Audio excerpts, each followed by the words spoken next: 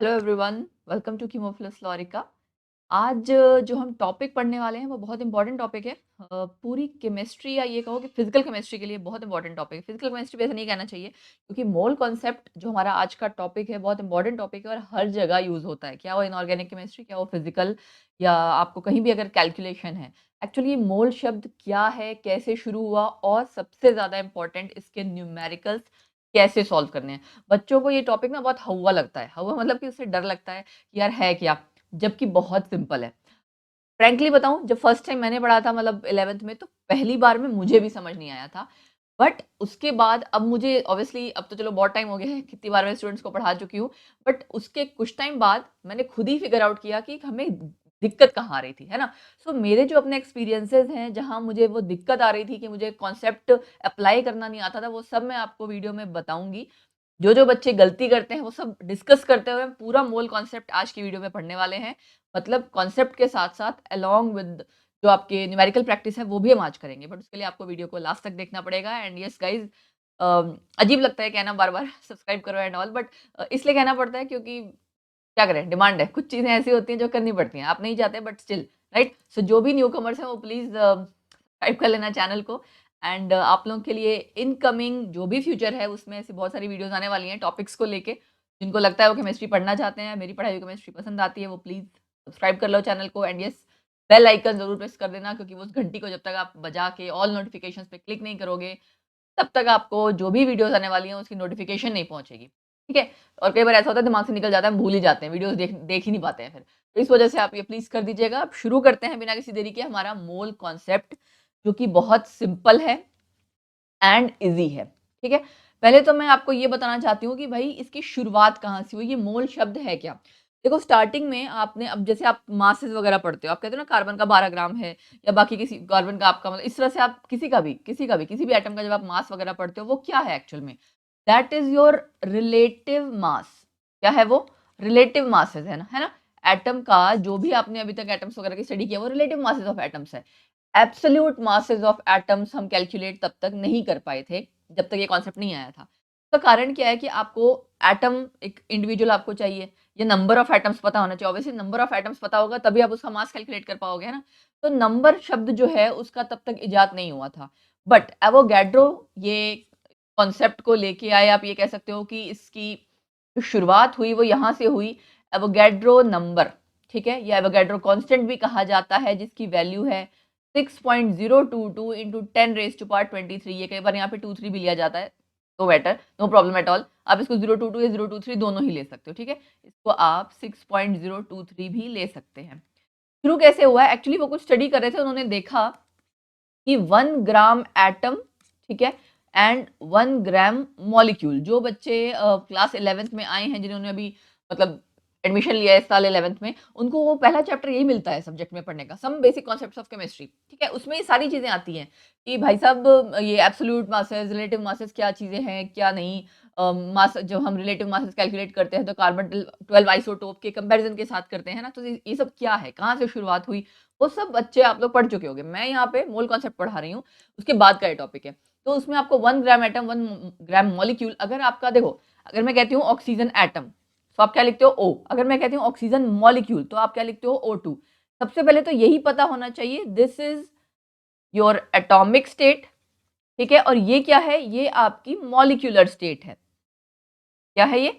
ये आपकी molecular state है, ठीक है। सॉरी।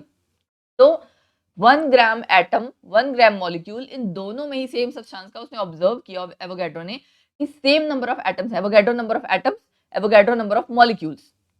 एटम में ऑब्वियसली डायरेक्टली मॉलिक्यूल्स नहीं होंगे, नहीं, मॉलिक्यूल्स में आपके डायरेक्टली एटम्स नहीं आएंगे। पहले मॉलिक्यूल्स, एटम्स हम एक स्टेप बाय स्टेप करते हैं ना। तो जब एटॉमिक स्टेट देखी तो उसने देखा तो भी यही सेम नंबर आ रहा था। वहां से एवोगैड्रो नंबर का इजाद हुआ एंड उसके बाद वहां से आपका कॉन्सेप्ट आया क्या? 1 mole which is equal to 6.022 into 10⁻23। तो ये आपका मोल कॉन्सेप्ट में अगर कहूं तो ये तो यहां से आपकी शुरुआत हुई कि amount of substance of anything which contains Avogadro number of atoms या फिर मॉलिक्यूल्स, दैट इज 1 मोल। क्या कहेंगे अगर मैं कहना चाहूं? देखो, यहीं पे मेंशन कर देती हूँ मैं, क्योंकि नेक्स्ट स्लाइड में मैं आपको 3 जो बेसिक फॉर्मूले हैं जिससे कि आप मोल को कोरिलेट करते हो, वो बताने वाली हूँ। देखो, तो सबसे सिंपल क्या चीज़ है, द अमाउंट ऑफ सब्सटेंस, ये भी डेफिनेशन एक्चुअली वैसे मैं पता बिलीव नहीं करती बहुत ज़्यादा डेफिनेशन एंड ऑल पे, क्योंकि मुझे ऐसा लगता है कॉन्सेप्ट अगर समझ में आ गया बच्चे को तो डेफिनेशन खुद ही लिख लेगा यार। डेफिनेशन किताब में लिखी हुई है, इतनी जगह लिखी हुई है, नोट्स सब बच्चों के पास सारा कुछ होता है। बट प्रॉब्लम क्या होती है, उस चीज़ को समझ में आना, वो चीज़ आपको समझ आ जाए, दैट इज़ मोस्ट इम्पोर्टेंट, ठीक है? Amount of substance which contains Avogadro number of, क्या चीज़? एटम्स, है ना? Which contains Avogadro number of atoms और मॉलिक्यूल्स, डिपेंड करेगा कि आपकी स्टेट कैसी है, ठीक है ना? एटॉमिक स्टेट है या मॉलिक्यूलर स्टेट है। तो amount of substance which contain Avogadro number of atoms और molecules is called as mole, 1 mole. अगर कहा जाए ना, 1 mole actually it's a chemist unit of measuring numbers. Chemist की यूनिट है of counting the numbers. Number को count करना, जैसे जैसे आपने सुना होगा ना, दर्जन, डजन, डजन, डजन सुनते ही आपके दिमाग में क्या आता है? 12, है ना? 1 दर्जन, ये दे दो, वो दे दो, जो भी सामान आपको लेना, 1 डजन की अगर आप बात करते हो, डजन इज 12 नंबर। तो वैसे ही मोल शब्द का मतलब, मोल शब्द सुनते ही केमिस्ट्री वाला इंसान समझ जाएगा, अच्छा ये वाला नंबर है 6.022 इंटू 10⁻23, ठीक है? ये आपका यहाँ से शुरुआत हुई थी मोल कॉन्सेप्ट की। अब वो पार्ट आता है कि आपको अप्लाई कैसे करना है, या आपको क्वेश्चन किस किस तरह से आएंगे। तो 1 मोल इज इक्वल टू, अभी आपने एक चीज जो पढ़ी, क्या? 6.022 into 10⁻23 number of atoms if it is atomic state, है ना? if the substance is in atomic state, मैं पूरा क्लियरली लिख देती हूँ, if the substance is in atomic state, got it? अब इसके अलावा क्या होगा? सेम चीज, सेम नंबर ही रहेगा, नंबर में चेंज नहीं है। नंबर ऑफ मॉलिक्यूल्स, कब? अगर आपकी मॉलिक्यूलर स्टेट है, तो आपको सबसे पहले ये पहचानना आना चाहिए कि जो आपको क्वेश्चन में दिया गया है वो एटम पूछा है, मॉलिक्यूल पूछा है, एटॉमिक स्टेट है उसकी, मॉलिक्यूलर स्टेट है, क्या चीज है, राइट? ये है इसका पहला कनेक्शन, पहला जिसको आप कोरिलेट करते हो। दूसरा क्या है? 1 mole is equal to gram atomic mass, फिर से आ जाएगा ना, या फिर ग्राम मॉलिक्यूलर मास। मतलब अगर आपका एटम वाली स्टेट है, एटॉमिक स्टेट है, तो एटॉमिक मास की आप बात करोगे, राइट? और अगर आपकी मॉलिक्यूलर स्टेट है तो आप किसकी बात करोगे? मॉलिक्यूल्स की, ग्राम में मतलब मॉलिक्यूलर मास की, ठीक है? मॉलिक्यूलर स्टेट, ठीक है? तीसरा कॉन्सेप्ट क्या है? 1 mole equal to 22.4 litre of any gas at STP. जब हम गैसेस की बात करते हैं तो हम वॉल्यूम की बात करते हैं ना, तो ये वो चीज़ है 22.4 लीटर। इसको आप और क्या लिख सकते हो? 22,400 लीटर को कन्वर्ट करोगे जब मिलीलीटर में, यही आएगा। और आपको पता है कि मिलीलीटर या फिर सेंटीमीटर क्यूब बराबर होते हैं, मतलब बराबर का मतलब कि 1 millilitre equal to 1 centimetre cube, ठीक है? तो ये आप 3 रिलेशन याद रखोगे। अब बच्चे को जो कंफ्यूजन आती है, ठीक है, जब मेरे टाइम में मुझे दिक्कत क्या हुई थी, पहले तो समझ नहीं आया कि अच्छा ठीक है, इसको क्या रटना है क्या? ठीक है जी, नंबर रट लिया। फिर ये नहीं पता लगा कि हमें चेक कैसे करना है, क्योंकि उस टाइम पे फ्रॉम द वेरी बिगनिंग कई बार ऐसा होता है कि टीचर तो पढ़ाता है बट हमें नहीं समझ में आ पाता, कई बार ऐसा होता है टीचर ही ढंग से नहीं पढ़ाता, दोनों ही चीज़ होती हैं। तो खैर मेरे केस में ऐसा हुआ था कि मुझे समझ नहीं आ पा रहा था कि यार हमें कब एटम लेना, कब मॉलिक्यूल लेना, वो क्लैरिटी नहीं थी एक तो। दूसरी क्या चीज़ थी कि तीनों में से कौन-सा फ़ॉर्मूला लगाना है, राइट? पहला फ़ॉर्मूला, दूसरा या तीसरा, ये 3 फ़ॉर्मूले हो गए ना, तो इसमें से लगाना क्या है मुझे, अप्लाई क्या करना है, वो नहीं पता लगता था। अब वही सब सारी प्रॉब्लम्स आपकी सॉल्व करने के लिए हमने कई सारे क्वेश्चंस लिए जिसको हम यहाँ पे सॉल्व करेंगे, ठीक है? देखो, क्वेश्चन में क्या पूछा हुआ है? Calculate number of moles. क्या पूछा है? सबसे पहले जब भी क्वेश्चन आए मोल कॉन्सेप्ट का, ये ध्यान दो कि पूछा क्या है। नंबर ऑफ मोल्स हमें निकालने हैं, किस में निकालने हैं? इतने ग्राम्स में, है ना? अब आपने ये चेक कर लिया कि 1 मोल नंबर के, ये आपका नंबर वाला फॉर्मूला हो गया, ये वाला आपका मास वाला फॉर्मूला हो गया, ये वाला आपका वॉल्यूम वाला फॉर्मूला हो गया, तीनों ही आपके 1 मोल के बराबर हैं। तो ऐसा भी तो हो सकता है कभी कि आपको इनको आपस में भी कोरिलेट करना पड़े, मतलब नंबर को मास के साथ या नंबर को वॉल्यूम के साथ या मास को वॉल्यूम के साथ, हो सकता है ना। तो ये चीज आपको ध्यान में रखनी है कि आपको क्वेश्चन में क्या गिवन है, क्या आपको कैलकुलेट करना है। अब देखो यहाँ क्या गिवन है, यहाँ आपको गिवन है मास और आपको निकालना है मोल्स, ठीक है, number of moles. So 1 mole of H2SO4 किसके बराबर होगा? हमने क्या क्या किया था, हमें पता है यहाँ मास की बात हो रही है और मोल की बात, हमें पता है हमें नंबर निकालना है, नंबर ऑफ मोल्स निकालने हैं। नंबर ऑफ एटम्स का जिक्र कहीं नहीं है, नंबर ऑफ मॉलिक्यूल्स का जिक्र कहीं नहीं है कि आप इतने नंबर ऑफ एटम्स निकालो या मॉलिक्यूल्स निकालो। वॉल्यूम का कोई जिक्र नहीं है। क्या चीज रह गई? दो ही चीज, कि नंबर ऑफ मोल्स कितने हैं और दूसरा क्या है, मास का। तो मतलब आपको फॉर्मूला कौन सा लगाना पड़ेगा, ये दूसरे वाला, है ना। दूसरे वाले के हिसाब से 1 मोल ऑफ H2SO4 उसके किसके बराबर होगा, मॉलिक्यूलर मास के। मॉलिक्यूलर मास आई होप आप इसका कैलकुलेट कर ही लोगे, है ना। हाइड्रोजन के लिए 2 आ जाएगा, सल्फर 32 एंड 16 64, ये आप अब तक मुझे लगता है मॉलिक्यूलर मास तो कैलकुलेट कर लोगे, राइट। मॉलिक्यूलर मास आपका कौन सा, ये ग्राम मॉलिक्यूलर मास। तो आपका 1 मोल 98 ग्राम के बराबर है। तो आप इसको उल्टा भी लिख सकते हो, मतलब कि 98 ग्राम ऑफ H2SO4 क्या बनाते हैं, इसका 1 मोल बनाते हैं।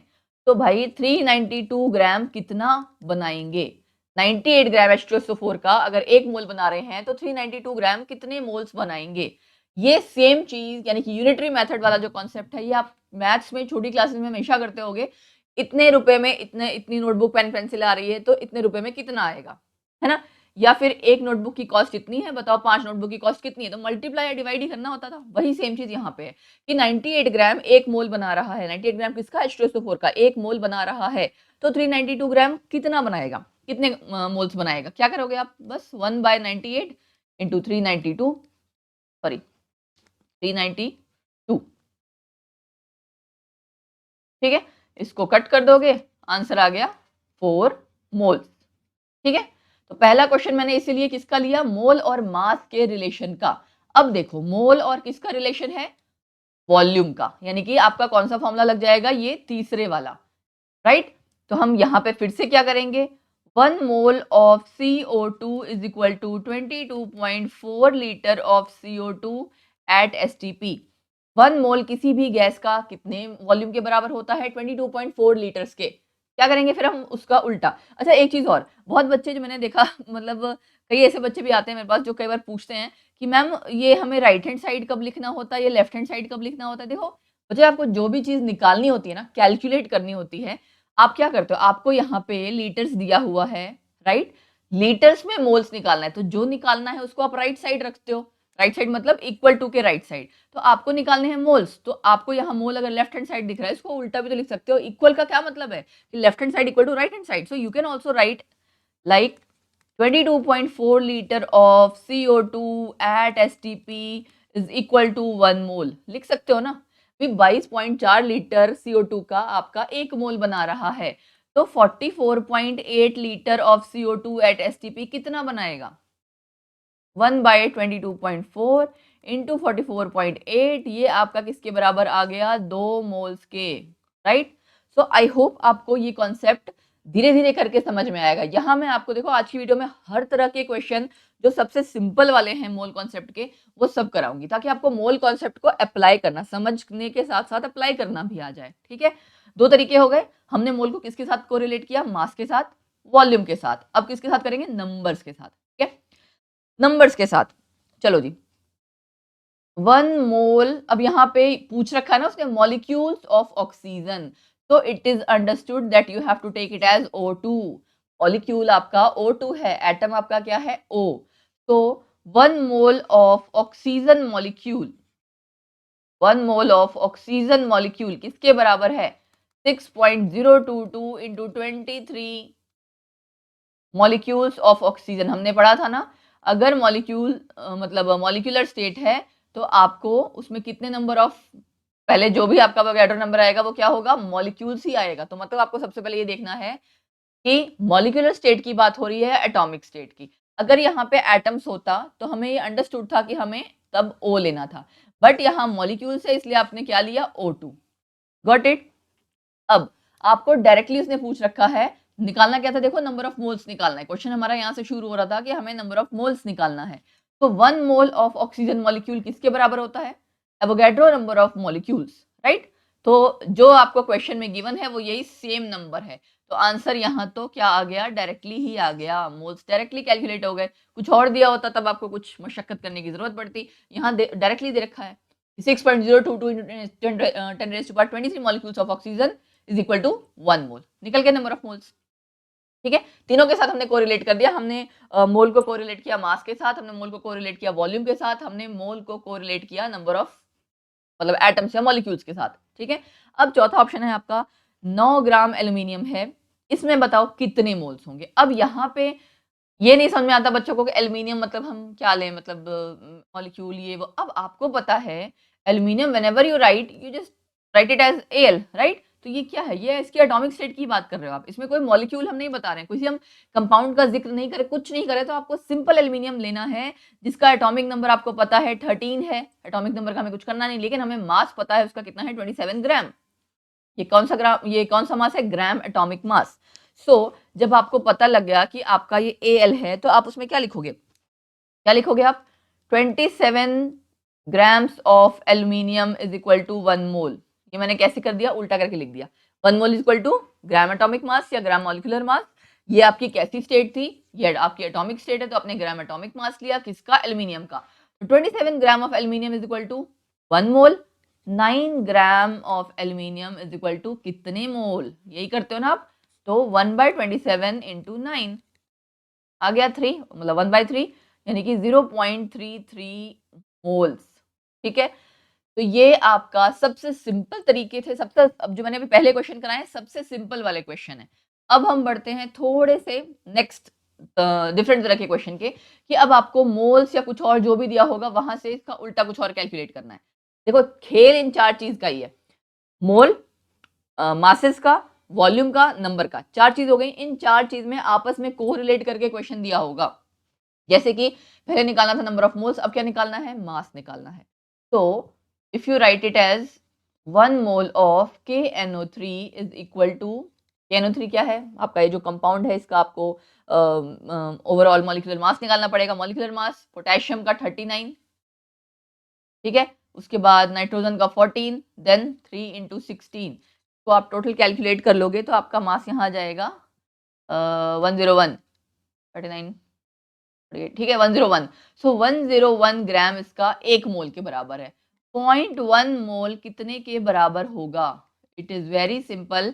1 मोल 101 ग्राम, 0.1 मोल कितने के बराबर, इनटू 0.1 कितना आ गया 10.1 ग्राम, ठीक है। It is the answer 10.1 gram. I hope बड़ा सिंपल था, आपको समझ में आ गया होगा। मास कैलकुलेट करना था, अब उसने क्या बोला, किसका मास कैलकुलेट करना है, इतने नंबर ऑफ मॉलिक्यूल्स का, इतने नंबर ऑफ मॉलिक्यूल्स का। अब आप लोग सोच रहे होगे यार मतलब मोल का तो मास निकल जाता है, मॉलिक्यूल्स का कैसे मास निकलेगा। मॉलिक्यूल्स का भी मास निकल सकता है। आपने number of atoms, number of molecules को 1 मोल के साथ कोरिलेट किया था, आपने मास को भी 1 मोल के साथ कोरिलेट किया था। तो जब दोनों का लेफ्ट हैंड साइड क्या है, 1 मोल 1 मोल है, तो आप उसको आपस में भी तो कोरिलेट कर सकते हो।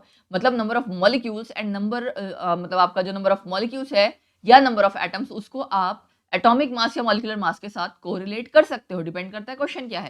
क्वेश्चन यहाँ मीथेन दे रखा है, मीथेन मतलब यहाँ आप एक मॉलिक्यूल की बात कर रहे हैं, ठीक है। तो मॉलिक्यूल में आप क्या करोगे, देखो मैं आपको लिखती हूँ 1 मोल ऑफ मीथेन CH4 किसके बराबर होगा 16 ग्राम, ये इसका मॉलिक्यूलर मास हो गया ना, ठीक है 16 ग्राम। या फिर 1 मोल किसके बराबर होगा 6.022 into 10 raise to power 23 number of molecules, किसके, नंबर ऑफ मॉलिक्यूल्स किसके, मीथेन के। तो ये और ये आपस में भी तो आप कोरिलेट कर सकते हो ना, क्योंकि सब बराबर ही है। तो इतने नंबर ऑफ मॉलिक्यूल्स 16 ग्राम के बराबर हैं, तो जितने पूछ रखे वो कितने ग्राम के बराबर होंगे, कैसे 6.022 into 10 raised to power 23 number of molecules इसके of methane is equal to 16 ग्राम। तो 10 raised to power 23 number of molecules किसके बराबर होंगे, यही पूछा हुआ है ना, 1 into 10 raised to power 23, ठीक है। 16 divide by 6.022 into 10 raised to power 23, ऊपर आपका आ गया 1 into 10 raised to power 23। ये सारा आप मिनट थोड़ा-सा हमें स्पेस की दिक्कत हो गई है। तो ये आप सारा इधर से इधर कट हो गया, क्या रह गया 16 और 6.022, इसका आपका आंसर आ जाएगा 2.65 अप्रॉक्सिमेटली, ठीक है? 2.65 ग्राम के बराबर। मास पूछा था ना इसलिए। तो आपको बस कोरिलेट करना आना चाहिए, किन दो को हमें कोरिलेट करना है। This is your answer. अब क्या करो, कई क्वेश्चंस कर लिए ना, अब क्या करो, ये चलो एक क्वेश्चन और कर लो, उसके बाद क्या करना, जब भी आपका नेक्स्ट क्वेश्चन आएगा वीडियो को पॉज करो, खुद से कैलकुलेट करने की कोशिश करो, उसके बाद वीडियो दोबारा से ऑन करो एंड चेक करो कि मैंने सही किया है कि नहीं किया। ये एक क्वेश्चन और कर लेते हैं, ठीक है? सी 1 मोल, अब हमें दोबारा से हम किसको कोरिलेट कर रहे हैं, वॉल्यूम को। अब यहाँ पे उसने बोला है 112 सेंटीमीटर क्यूब ऑफ हाइड्रोजन, उसने नहीं बताया कि H है या H2 है, बट हमें तो समझ में आ रहा है ना कि आपका H तो एटॉमिक स्टेट है, एटॉमिक स्टेट उसकी गैसियस स्टेट की बात नहीं हो रही है, यहाँ पे आपका इस हाइड्रोजन गैस की बात हो रही है। दैट्स वाई आप यहाँ वॉल्यूम कंसीडर कर रहे हो, हाइड्रोजन गैस यानी H2, ठीक है? मॉलिक्यूलर स्टेट उसकी आ गई। तो 1 mole of H2 gas is equal to 2 gram. 1 mole of H2 gas is equal to 22.4 litre, या यहाँ पे सेंटीमीटर क्यूब है तो आप क्या लिख दोगे, 22,400 centimetre cube of H2 gas at STP, ठीक है? ये उसकी वॉल्यूम हो गई, है ना? 1 मोल, मोल कॉन्सेप्ट आ गया, ये वॉल्यूम वाला आ गया, और यहाँ मास आ गया। हमें क्या निकालना है क्वेश्चन में, मास। तो हम इस वाले को और इस वाले को कोरिलेट कर देंगे। क्या करेंगे हम कि 22,400 centimetre cube of H2 gas is equal to 2 gram. तो भाई 112 centimetre cube of H2 gas किसके बराबर होगा, 2 बाई 22,400 इंटू 112, ये आपका डबल, राइट? 2 बाई 200 यानी कि आपका 0.01 ग्राम। ये हो गया आपका इसका आंसर, ठीक है? क्या हो गया इसका आंसर, 0.01 ग्राम। तो आई होप अब आपको यहाँ से इतना आइडिया हो गया होगा कि हमें क्वेश्चन को अप्रोच कैसे करना है, क्योंकि मेन प्रॉब्लम बच्चे की स्टार्टिंग में यही इसी तरह से आती थी कि क्वेश्चन को हमें अप्रोच कैसे करना है। अब मैं आपसे सच में गुजारिश करना चाहूंगी कि अब पहले बेटा एक बारी वीडियो को पॉज करना, पॉज करके खुद से सॉल्व करने की कोशिश करना। जब तक आप मोल कॉन्सेप्ट के क्वेश्चंस को सॉल्व देखते रहोगे तब तक आपको अप्लाई करना नहीं आएगा, है ना? क्योंकि मैंने भी स्टार्टिंग में, जब बहुत 11th की बात बता रही हूँ, जब मैंने किया ना, तो मुझे ऐसा देख के लगता था ये तो बड़ा आसान है। फिर the moment I just close the book और उसको मैं खुद से क्वेश्चन करने लगूँ, तो पहले पहले समझ नहीं आता था, अरे किसको को रिलेट करना है क्या। बहुत कंसंट्रेशन के साथ फिर उसके बाद आपने करना है, एंड कभी कंफ्यूज नहीं होना कि किस किस को कोरिलेट करना है, ठीक है? हो सकता है मैं स्लो लर्नर हूँ, जरूरी नहीं कि सारे बच्चे ऐसे हों, हो सकता है कोई पहली बार में ही सीख जाए, तो बट बहुत इजी कॉन्सेप्ट है, मुश्किल नहीं है। यहाँ फिर से आया, देखो यहाँ पे अब आपका क्या है, मास, और आपको निकालना है वॉल्यूम। पहले हमने निकाले नंबर ऑफ मोल्स, फिर हमने निकाले मास, हर क्वेश्चन में मास कैलकुलेट किया। फिर ये तीसरा क्वेश्चन जो आपका है, इसके भी आगे इस तरह से पार्ट्स हैं जिसमें हम वॉल्यूम कैलकुलेट करेंगे। तो अब आपको पता है, मैं डायरेक्टली कोरिलेट कर दूं, 28 ग्राम ऑफ N2, फिर से हम वॉल्यूम कर रहे हैं, इसका मतलब का क्या मतलब है कि मतलब हम मॉलिक्यूलर स्टेट की बात कर रहे हैं। 28 gram of N2 is equal to, इसकी कितनी वॉल्यूम होगी, 22.4 litre of N2 at STP, right? 14 gram की कितनी होगी, इसका आधा है तो इसका भी आधा ही कर दो, 11.2 लीटर ऑफ N2। निकल गया आंसर डायरेक्टली। ये तो मैंने डायरेक्टली निकाल दिया। आई होप ये चीज आपको क्लियर हो रही होगी, ठीक है? उसके बाद नेक्स्ट क्वेश्चन है मोल्स के हिसाब से। 1 मोल ऑफ CO2 गैस है ना, 1 mole of CO2 gas at STP is equal to 22.4 litre. तो 1.5 moles of CO2 at STP कितना होगा, 22.4 इंटू 1.5। सिंपल है, यही करना होगा, ठीक है? इसको आप अगर जब मल्टीप्लाई करोगे, आपका आंसर अप्रॉक्सीमेटली आ जा रहा है 33.6 litre. This is your answer. Next question, molecules आ गए। अब फिर से यहाँ पे मॉलिक्यूल्स आ गए, मतलब हमें O2 लेना है, ठीक है? तो निकालना क्या था, वॉल्यूम। तो पहले हम मॉलिक्यूल्स कंसीडर करेंगे ना, शुरुआत ही आपको मैंने आपसे क्या कहा था, जो निकालना है उसको आपको राइट हैंड साइड रखना है। निकालना क्या है हमें, वॉल्यूम। तो 6.022 मॉलिक्यूल्स ऑफ O2 यानी कि ऑक्सीजन मॉलिक्यूल की बात हो रही है। क्या निकालना है हमें, वॉल्यूम। तो हम वॉल्यूम को इसीलिए राइट हैंड साइड लिख रहे हैं। फिर 10 raise to power 21 molecules of oxygen में कितनी वॉल्यूम बनेगी? 22.4 divide by 6.022 into 10 raise to power 23 into 10 raise to power 21। ठीक है, यहाँ से आप इसको कैलकुलेट कर लो एंड कैलकुलेट करने के बाद अप्रॉक्सीमेट आंसर आ रहा है यहाँ पे 3.72 इंटू 10 रेज टू पावर -2। ठीक है, और ये लीटर में आ रहा है।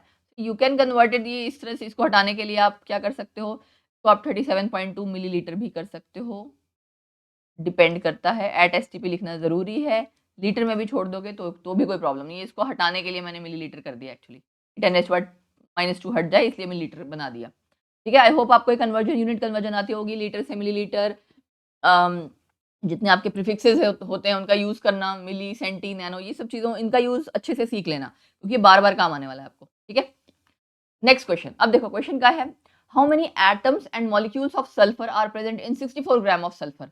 अब बच्चा सोचेगा क्या मतलब, एटम भी निकालने हैं, मॉलिक्यूल भी निकालने हैं सल्फर में।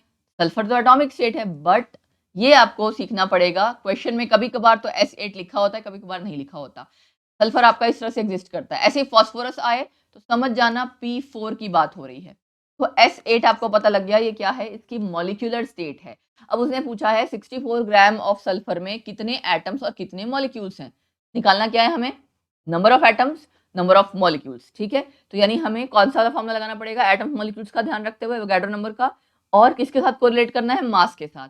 तो सबसे पहले तो आप निकालोगे मॉलिक्यूलर मास ऑफ S8, है ना, 32 इंटू 8 यानी कि 256 ग्राम। ये निकालना जरूरी था, तभी आप कोरिलेट कर पाओगे, राइट। अगर आपको मॉलिक्यूलर मास नहीं पता तो कोरिलेट कैसे कर पाओगे। तो आपने शुरुआत की यहाँ से कि 256 gram of S8 is equal to, molecular mass is equal to 6.022 into 10 raise to power 23 molecules of sulphur. Molecule से होंगे ना, क्योंकि ये उसका ग्राम मॉलिक्यूलर मास है, ये एवोगाड्रो नंबर ऑफ मॉलिक्यूल्स हैं, यही हमने सीखा था। अब हमें निकालना किसमें, हमें निकालना है जी 64 ग्राम में। तो 64 ग्राम में कितने नंबर ऑफ मॉलिक्यूल्स होंगे, उसके लिए हम क्या करेंगे, this divide by 256 into 64। Directly atoms नहीं निकलेंगे, मॉलिक्यूल्स में फर्दर एटम्स होते हैं, मैं आपको पहले बता रही हूँ, तो आपको इसमें मॉलिक्यूल्स पहले निकालने पड़ेंगे। ठीक है, अब ये आप जब 64 यहाँ से जाएगा 4 पे, ठीक है, एंड उसके बाद ये आपका अप्रॉक्सीमेटली 1.50651 क्या 1.5 ही ले लो, चलो ठीक है। सो यहाँ आंसर क्या आ जाएगा, ये आपका आ गया 1.5 into 10 raise to power 23 molecules of sulphur. ठीक है, मॉलिक्यूल्स ऑफ सल्फर, ये आपके नंबर ऑफ मॉलिक्यूल्स निकल गए। अब आपको निकालने हैं नंबर ऑफ एटम्स। तो नंबर ऑफ एटम्स के लिए देखो मैं यहाँ बता रही हूँ आपको, नंबर ऑफ एटम्स में आप देख सकते हो ये S8 है ना बेटा, S8 आपका एक मॉलिक्यूल है, इसमें कितने एटम्स दिख रहे हैं आपको, 8 एटम्स, है ना। तो आप लिख सकते हो ना कि one molecule of sulphur, one molecule is equal to, मतलब one molecule of sulphur is equal to 8 atoms. ठीक है, तो इतने नंबर ऑफ मॉलिक्यूल्स में कितने एटम्स होंगे, क्या करोगे, 1.5 इंटू 8 इंटू 10⁻23, यही करोगे ना। ओके, मैं यहाँ पे इसको रब कर दे रही हूँ, यहाँ नीचे ही लिख दे रही हूँ। तो one molecule is equal to, one molecule of sulphur contains 8 atoms, ऐसे भी लिख सकते हो। 1.5 into 10 raise to power 23 molecules contains कितने, 1.5 into 8 into 10 raise to power 23, ये कितना आ जाएगा 12 into 10 raise to power 23 number of atoms, ये एटम्स हैं। या फिर इसको 1.2 इंटू 10 रेज टू पावर 24 भी कर सकते हो। ठीक है, क्योंकि हम मोस्टली ये पॉइंट्स में ही आगे वाला जो नंबर है 12 13 नहीं, उसको 1.2 1.3 बना के छोड़ते हैं। तो ये आपका पूरा क्वेश्चन कंप्लीट हुआ यहाँ पे कि पहले आपने मॉलिक्यूल्स निकाले, उसके बाद आपने एटम्स निकाले हैं। ये सेम क्वेश्चन इस तरह का आपको P4 यानी फॉस्फोरस के लिए भी आ सकता है। ठीक है, तो आपको इसकी मॉलिक्यूलर स्टेट पता होनी चाहिए थी।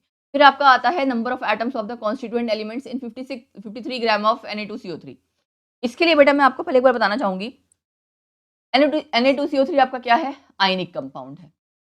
ठीक है, क्या है आपका, आयनिक कंपाउंड। आयनिक कंपाउंड में आप वर्ड क्या यूज करते हो, formula units, gram formula mass, ये यूज करते हो ना, क्या आप यूज करते हो, फॉर्मूला यूनिट्स, राइट। या आप फॉर्मूला मास बोलते हो, फॉर्मूला मास। तो आपका ये जो फॉर्मूला लिखा होता है ना ये, इसमें actually actual number of atoms है वो सब नहीं बताया होता, ये रेशियो है कि आपका 2:1:3 की रेशियो में है sodium, carbon and oxygen atom. तो अगर मैं आपसे कहूँ कि 1 mole of Na2CO3 is equal to, तो यहाँ इसका मतलब है is equal to 2 mole of Na plus ions, क्योंकि आयन में कन्वर्ट हो जाता है, या फिर इज इक्वल टू 1 मोल, मतलब it contains actually 1 mole of Na2CO3 contains कहना चाहिए, कंटेन्स कितने आयंस, सोडियम के Na2C, मतलब आपका जब ये ब्रेक डाउन करेगा तो 2Na प्लस और CO3 2 नेगेटिव निकलेगा ना, तो ये दो तरह के आयंस है। लेकिन अगर ये कह दिया जाए कार्बन और ऑक्सीजन अलग अलग भी निकालो, तो 1 मोल ऑफ कार्बन एटम्स और 3 मोल्स ऑफ ऑक्सीजन एटम, ठीक है। अगर 1 मोल आपका NaCl का होता तो हम उसको क्या कहते, उसमें आपका 1 मोल NaCl में 1 मोल Na प्लस आयन है, 1 मोल Cl नेगेटिव आयन है। तो मतलब आपको ये मोल की तरह कोरिलेट करना है। और अगर सपोज करो यहाँ पे जैसे कार्बन और ऑक्सीजन है, इनको अलग अलग पूछ लिया जाए तो आप उसको एटम्स के तौर पे लेते हो। क्यों? क्योंकि मैंने आपको पहले ही बताया, ये जो फॉर्मूला लिखा होता है Na2CO3, ये एक्चुअल फॉर्मूला, ये आपकी रेशियो बताई हुई है एक्चुअल में। तो अब आप देखो यहाँ पे हमें क्या बताना है, उसने बोला है नंबर ऑफ एटम्स निकालो ऑफ कॉन्स्टिट्यूएंट एलिमेंट्स, मतलब सबके अलग अलग, इन 53 ग्राम ऑफ Na2CO3। तो पहले हम क्या निकालेंगे, formula mass of Na2CO3, right.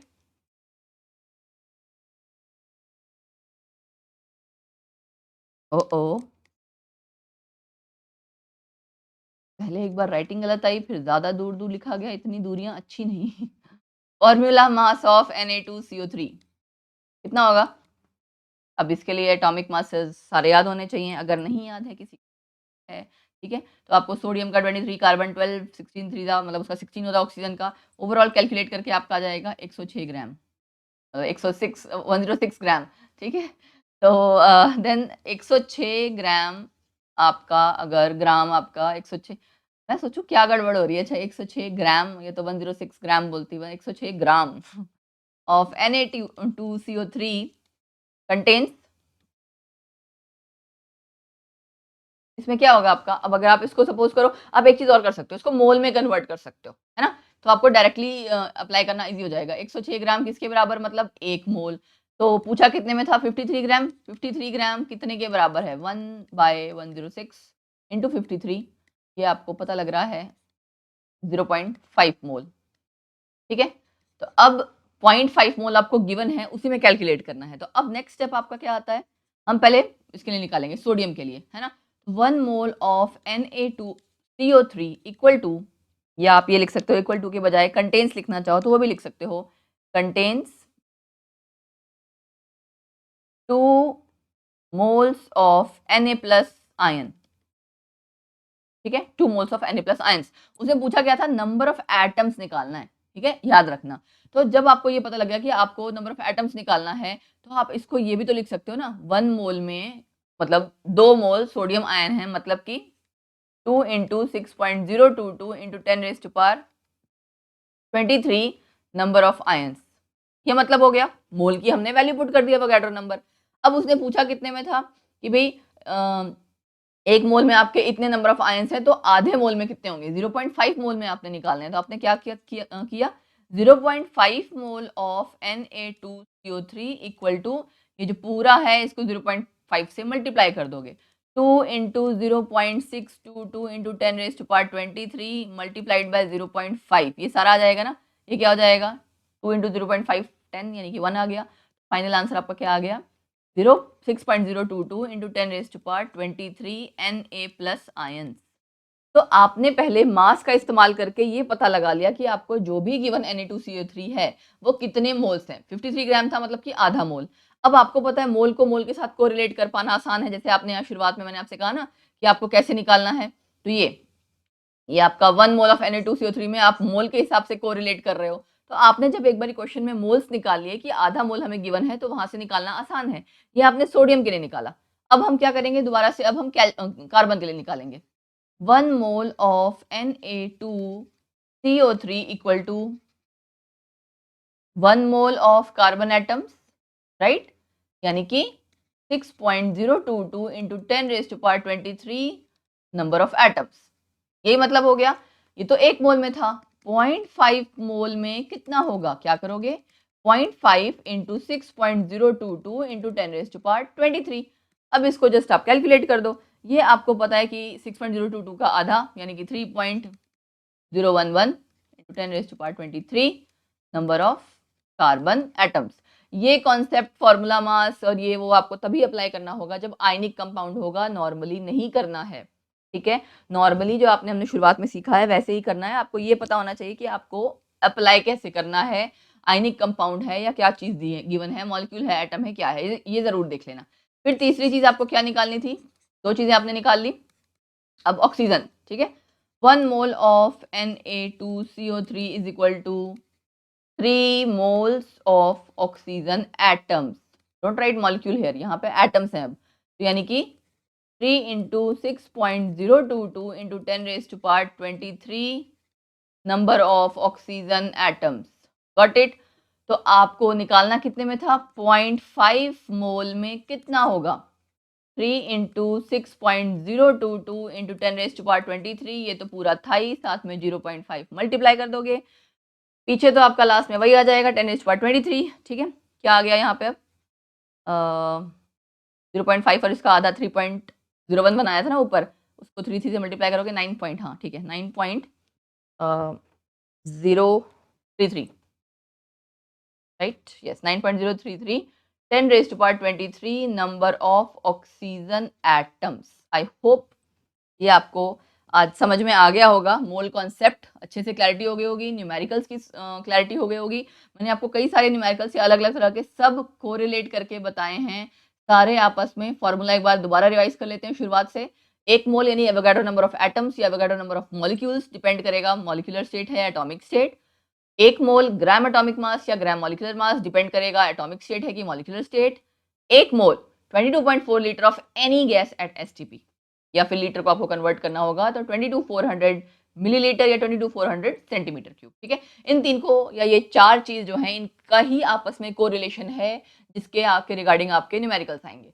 तो आई होप आपको कॉन्सेप्ट अच्छे से समझ में आ गया होगा, क्लैरिटी हो गई होगी। फिर भी आपको जो भी डाउट है आप मुझे कमेंट सेक्शन में जरूर बताना।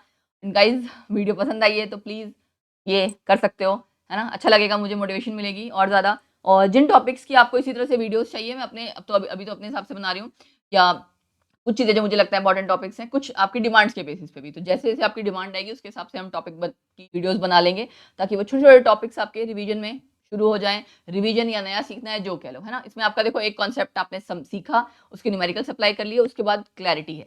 एक बार समझ में आ गया तो ये मोल कॉन्सेप्ट आपको पूरी मतलब +1 में +2 में कहीं भी अप्लाई करना होगा तो इजीली कर पाओगे। तो प्लीज़ जब भी आप अच्छे अच्छे कमेंट्स करते हो, मैसेज करते हो, या मतलब आप ऑब्वियसली लाइक करोगे ज़्यादा और शेयर करोगे, स्टूडेंट्स तक पहुँचेगा, तो वो एक मोटिवेशन देता है कि हाँ ठीक है, स्टूडेंट्स को पसंद आ रही है, पढ़ाया हुआ समझ में आ रहा है एंड अच्छा लगता है, और तो आप और एंथुसियाज्म के साथ इंसान काम करता है, टीचर काम करता है। ठीक है, तो प्लीज़ आप इतना कर सकते हो मेरे लिए। आई होप लाइक कर दोगे, ज़्यादा से ज़्यादा शेयर करो अपने फ्रेंड सर्कल में। बहुत सब लोग आजकल सोशल मीडिया पे हैं, तो अपनी स्टोरी लगा लिया करो, व्हाट्सएप स्टेटस लगा लिया करो। एंड ये सब पता क्यों बोलना पड़ता है, क्योंकि बहुत जगह पे मतलब बहुत लोगों तक जो सच में रियल कंटेंट है वो पहुंचता नहीं है। तो प्रॉब्लम ये हो जाती है कि आप अगर मतलब किसी कोने में आपने अपनी दुकान खोल के बैठी है, तो आप दुकान खोल के बैठे हो, तो आपको किसी भी स्टूडेंट को नहीं पता लगेगा, है ना, कि वो टीचर अच्छा पढ़ा रहा है या उसका पढ़ाया हुआ हमें समझ में आ रहा है। तो दैट्स वाई ये सब चीज़ें करनी पड़ती हैं, क्योंकि मैंने कहा था, मैंने इस वीडियो की स्टार्टिंग में कहा था, डिमांड है कि बोलना पड़ता है, करना पड़ता है, अदरवाइज लगता तो अजीब सा ही है बट करना पड़ता है, दैट काइंड ऑफ थिंग। तो आप प्लीज़ अपनी स्टोरी लगा देना, इसको शेयर कर देना। यस, एक चीज़ जो सबसे ज़्यादा ज़रूरी है वो ये कर देना कि आप लोग कमेंट सेक्शन में जो भी आपके और इम्पोर्टेंट टॉपिक्स जो आप चाहते हो वो मुझे बता देना, तो जो उसके बाद मेजॉरिटी जिसकी आएगी उसके हिसाब से हम वीडियो बनाएंगे अगली। ठीक है, सो दैट्स इट। शुरुआत कर दो अपनी +1 +2 रिवीजन तैयारी जो भी है जैसा भी, एंड मिलते हैं नेक्स्ट वीडियो में फिर। God bless you, bye bye, take care.